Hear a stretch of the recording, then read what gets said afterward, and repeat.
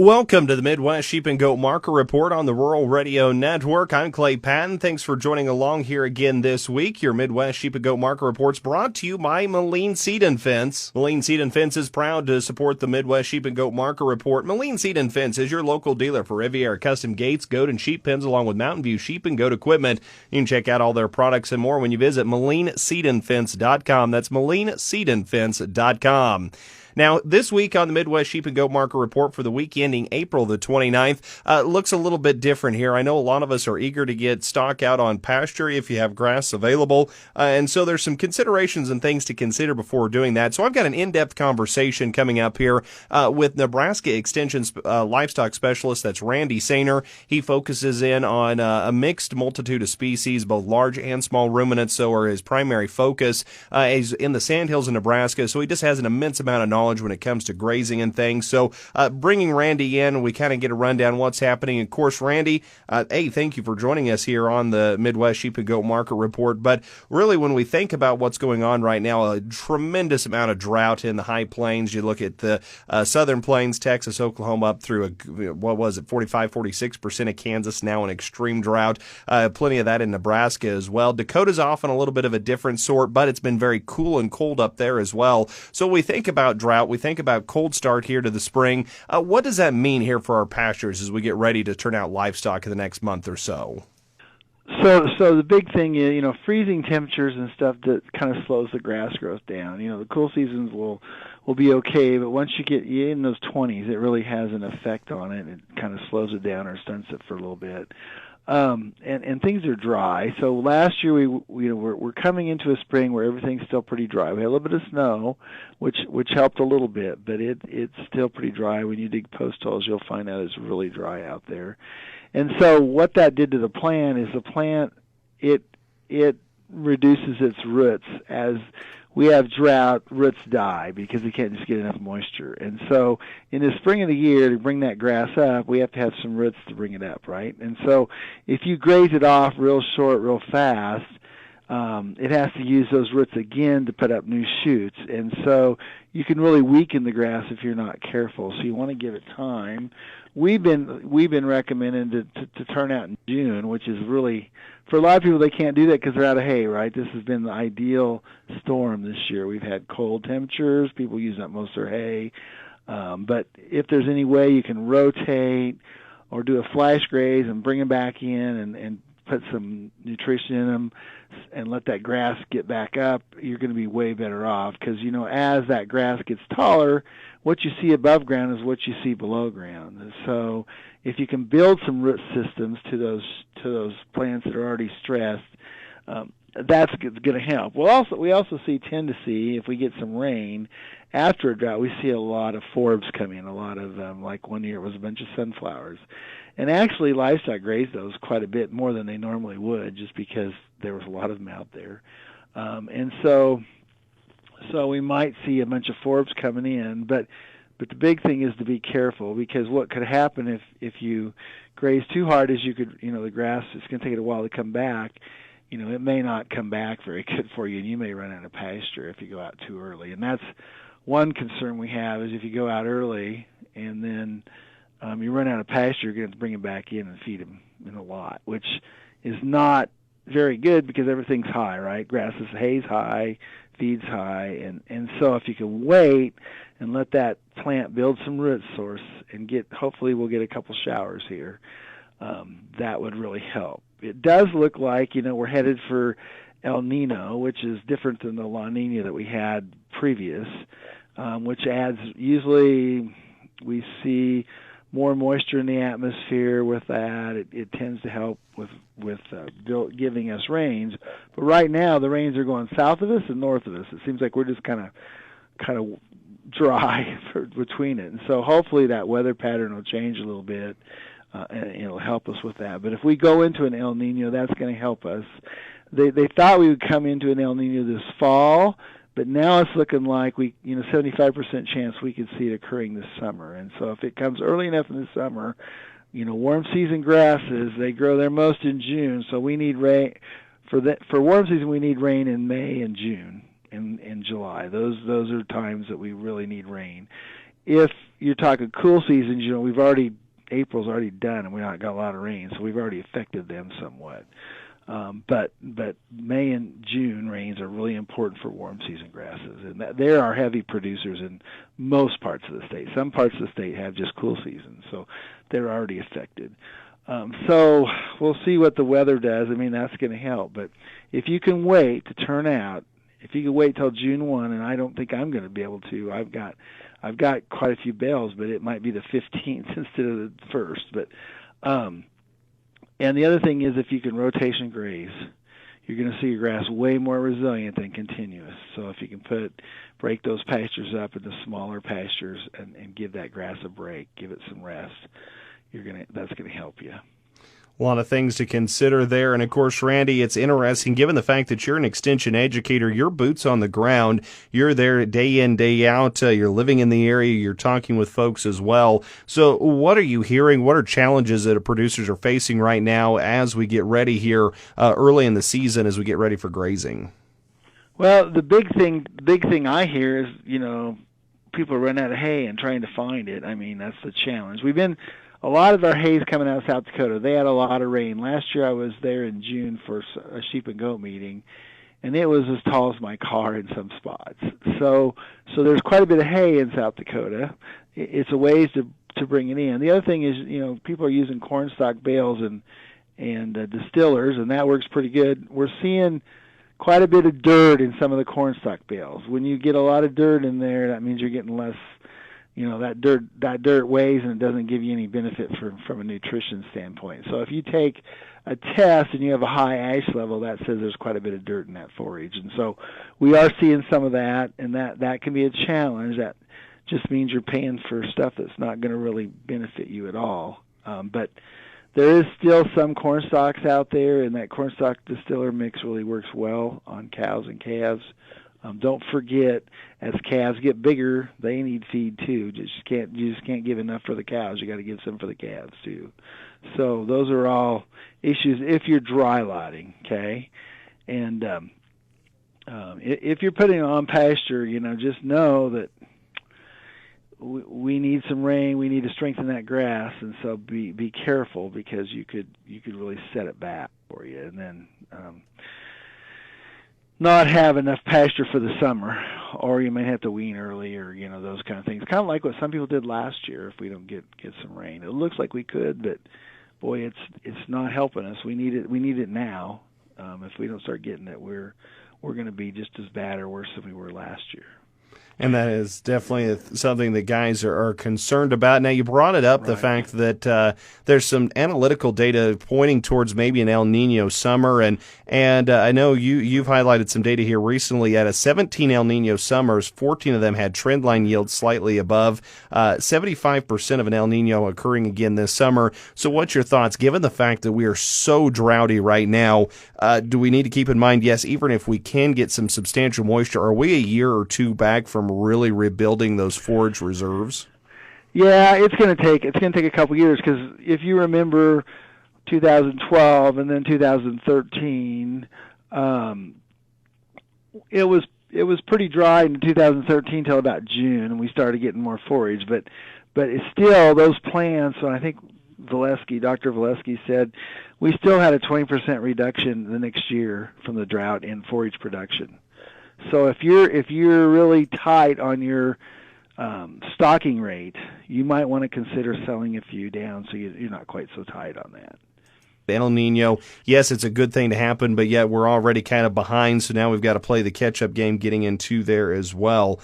So, yeah, even looking out at next year's crop and grass crop, this is how we harvest that grass, is back in through livestock. With the cool temperatures, grass tetany, is that anything to be worrying about? How do we avoid that? Yeah, so especially if you're grazing small grains or grass right now as it greens up, you need to get some high mag mineral out there, because we do see grass tetany, and especially in some of those small grains, if you're grazing like rye and oats and some of those, make sure you get some high mag mineral out, because they're high in potassium. That potassium ties up the magnesium, and that's what causes some of your issues. So make sure this spring you're putting grass tetany mineral out. And our cows are already a little stressed from the bad winter we had, so just don't think we want to take any chances on stressing them anymore. You can lose them pretty easily, so it's just a good insurance policy feeding high mag mineral right now. On the Nebraska Extension side of it too, you guys are constantly looking at research. How do we better the current practices we have? What practices do we need to go away from? So it looks like the Barta brothers, they're doing some research this year, looking at fire and pasture control as well. Tell us a little bit more about this research that's coming up. So this is a new project that they started, looking at how they can use fire to control like cedars, invasive species, as well as, you can use fire to change the grazing pattern of cows. Because so there's been some work where they've put fire in just part of the pasture, and the cows will tend to come over in that area and graze more because that grass is really tender. And so they do a little bit there, and then the other grass gets tall, and there's some benefit to wildlife too, both ways. So you've got, a little taller grass for nesting and stuff. And so if you have an area that cows don't eat a lot of, you can pull them away by fire, by burning it off, and then the cows are going to come that way. Instead of using a fence, you might use fire to control some of that. So they're looking at some of that to see if they can pull cows in certain directions where they're not grazing as well. And it's some of the work looks pretty good out there. Again, it's fire, and you have to be careful with it, and not let it get out of hand. So, because we've had a lot of fires in the recent last 2 to 3 weeks here in the Central Sandhills and Southwest here. So. And is there any research going on at Gudmundson? What are they looking at this summer? So Goodmanson, they're doing a lot of work with virtual fences, and that's where you put a collar on a cow, a GPS collar on her, and there's kind of like a tower, and that tower, you determine where she can go. And what happens is it makes a sound when that cow gets close, and then if she doesn't stop, it gives her a shock. Oh, and it's just kind of like a dog collar, and it actually works quite well with beef cattle. So we've got some work on that. And especially at trying to graze areas that they normally wouldn't graze. So, as long as you got availability of water, that works pretty well. And then our smart feeder work is still being done where we're adding where the cows would have an electronic tag, and then the smart feeder would give them so much feed. So, like if you had thinner cows, you can give them more feed. Fatter cows, you can give them less. And you can use that out on pasture and not have to go out and feed every day. Fill it up, and then there's some real advantages to it because you can do individual work with your cows using those smart feeders. And so they run off of solar and internet, and so you got to have that's a challenge in the rural parts of Nebraska, good internet access. And so a lot of times they're using cell towers is what they're using. But we have those and they're also doing some work at Meade in that same area, and then they're also looking at carbon and how much carbon cattle are putting out with sensors that they have, and so we'll have pretty good data because we're not sure what they say our carbon footprint is. We're not sure it's all right, so we're just trying to make sure we know what it is. And for grazing cattle, it looks really good because we got grass out there taking that carbon dioxide in and producing oxygen. So it's another thing I think that'll help us in this global warming thing that everybody's looking at. It's definitely some interesting stuff, and I know I'm going to have some guys question me. I've been in some conversations. When it comes to that virtual fencing, is this a Nebraska UNL brand of collar that they've kind of developed and are using, or are they using a name brand out there currently on the market or multiple brands? So I think they developed their own to start with, and then they've been able to purchase some collars through. There's a couple companies that have them, but some of them they did. The first ones they did on their own, kind of made their own collars, and they worked quite well. The thing they're looking at is durability. How long are they going to last, and those kind of things. So. And there's companies now making them, but for a while we had to do our own. But there is companies out there, and we have some of both, if that makes sense. And we have, I think we're looking at a couple different virtual fences. So they look somewhat promising. The biggest challenge I see is in the sand hills where you don't have a lot of cell service. They may not work as good. Yeah, that is definitely going to be something to keep in mind. And then so much of it, interconnectivity, having that access, and it comes back then to digital and rural infrastructure as well. How do we need? How do we keep? Yeah, how do we keep fleshing that out? But, well, Randy, we appreciate the time coming through and talking through all of this with us, and a lot of important information. But as well, what are some trigger dates for guys to keep in mind here as we start to round out the conversation? So one of them's already gone by April 1st. So looking at what kind of rain you had and so forth. So let's start with April 15th to May 10th. By this time, the 30 to 45 day precipitation forecast can have a moderate level of reliability, so you can look and see.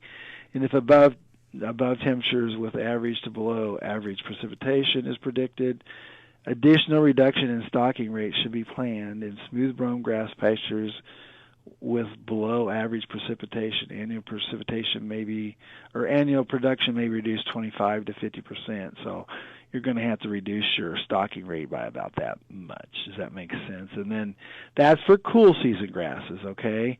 And then May 20th to June 10th, your needle grass will be completing their forage production and western wheatgrass. So if it's 50 to 75% of the long-term average, reduce your stocking rate 30 to 40%. So we keep talking about reducing. We did that last year too, so people might be kind of there.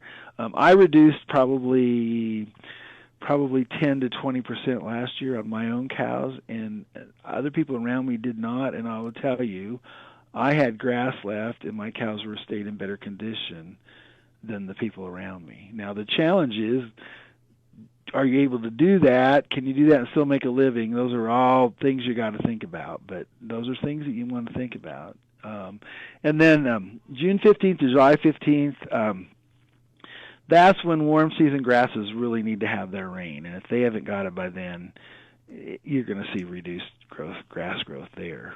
So all those are times to look at. And then June 15th, so I started in May last year, and when I saw it was dry, I started selling a few cows, and I had some late cows, and so I sold them, and then I sold some more because there were some more that I actually started in April, and I saw some that still didn't look like they were going to calve, so we sold them, and that's kind of how I did it. And I had most of mine sold by before we went out to pasture on May 15th. Wow. A lot to keep in mind, a lot of trigger dates, and of course you can always check out a ton of UNL resources. Right. You talk to Randy himself or talk with your other extension staff that they're going to be there to try and help you. Randy, before I let you go, important links, anything anybody needs to know about, final closing thoughts? The other thing is, on smooth ground, I forgot to mention this. If you're in the part where we have cool season grasses, September 1 to the 1st to the 15th, if you're not getting any rain then, it's going to affect those too. So you want to have rain. If you don't, you may not want to graze those very heavy because it will affect them next spring. And again is Randy Sainer, Nebraska Extension livestock specialist, joining us here on the Midwest Sheep and Goat Market Report, talking about considerations to think about before going to grass this year. Hope everybody has a great week. We'll be back with our traditional structure and format coming up next week, diving a little more in depth as to what the market trade is doing here on your Midwest Sheep and Goat Market Report.